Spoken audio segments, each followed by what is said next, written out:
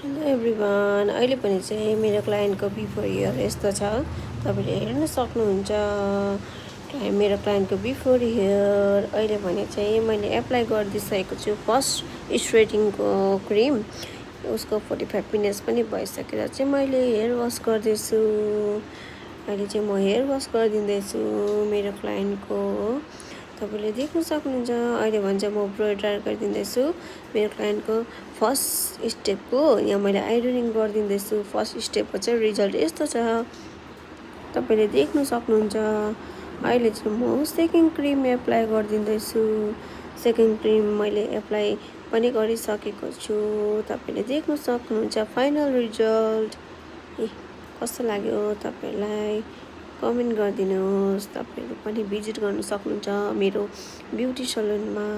मेरो beauty salon चाहिँ कहाँ छ भन्दा चाहिँ सिस्ने जुन चाहिँ पेट्रोल पम्प छ त्यसकै जस्ट अपोजिटमा छ मेरो। By by.